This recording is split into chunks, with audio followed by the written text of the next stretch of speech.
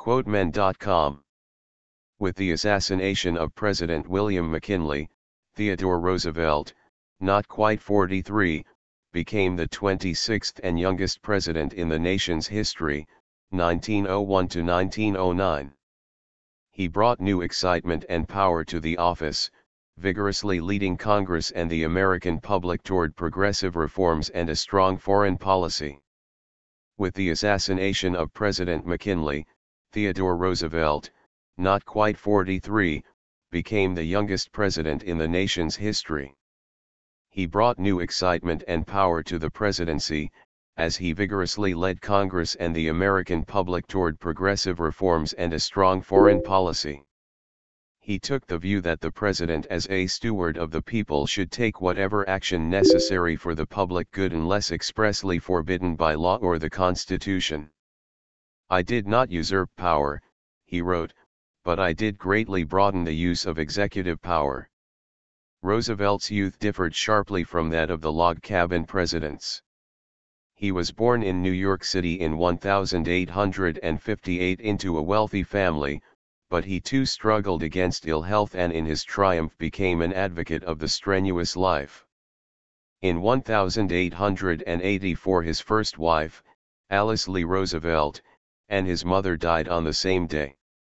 Roosevelt spent much of the next 2 years on his ranch in the Badlands of Dakota Territory.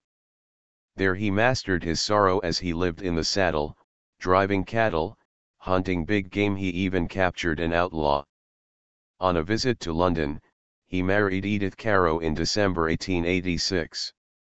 During the Spanish-American War, Roosevelt was lieutenant colonel of the Rough Rider Regiment, which he led on a charge at the Battle of San Juan. He was one of the most conspicuous heroes of the war.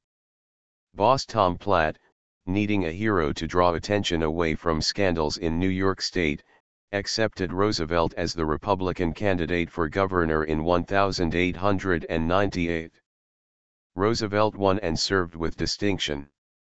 As president, Roosevelt held the ideal that the government should be the great arbiter of the conflicting economic forces in the nation, especially between capital and labor, guaranteeing justice to each and dispensing favors to none.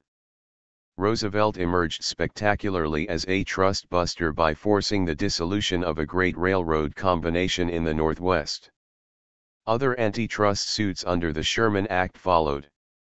Roosevelt steered the United States more actively into world politics. He liked to quote a favorite proverb, "Speak softly and carry a big stick."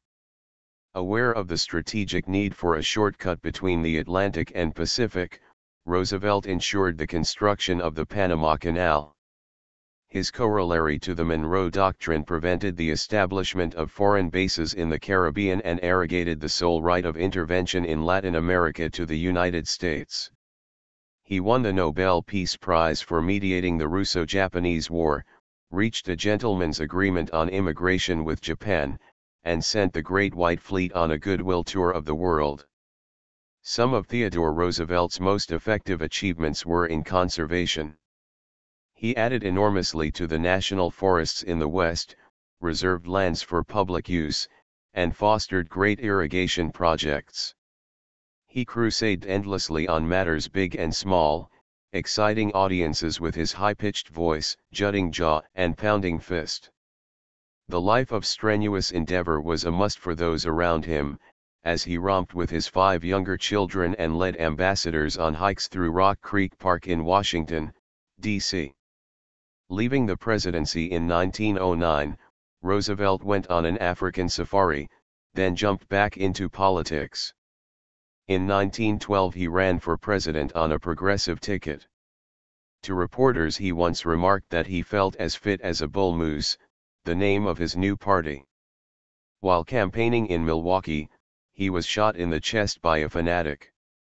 Roosevelt soon recovered, but his words at that time would have been applicable at the time of his death in 1919, "No man has had a happier life than I have led, a happier life in every way."